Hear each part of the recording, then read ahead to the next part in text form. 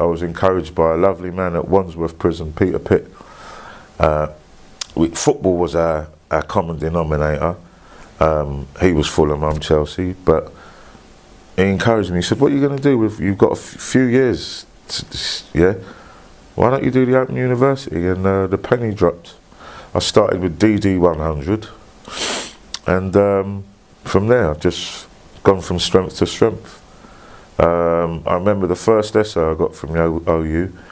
Obviously, it's not as tight as a first year at university.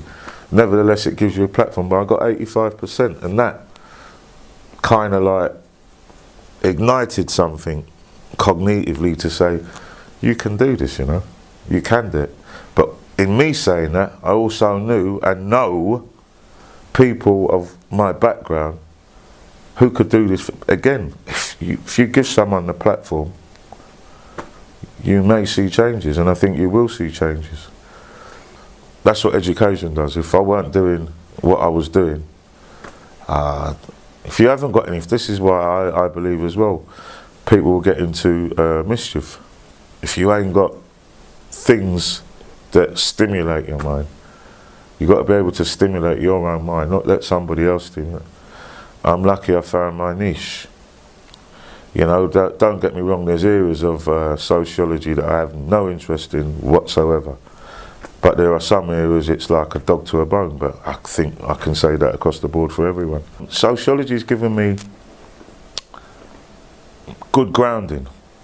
You know, I can watch the news now or read the papers and critically dissect it and know that's a load of nonsense, and I also know that you can manipulate news, tell the people what they want to hear.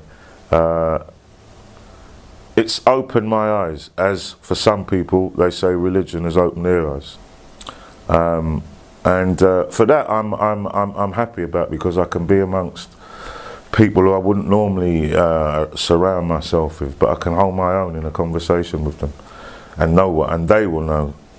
He knows what he's talking about. So for that, it's given me food for thought, but I know I also produce that when I leave other people after having a discussion about what I study.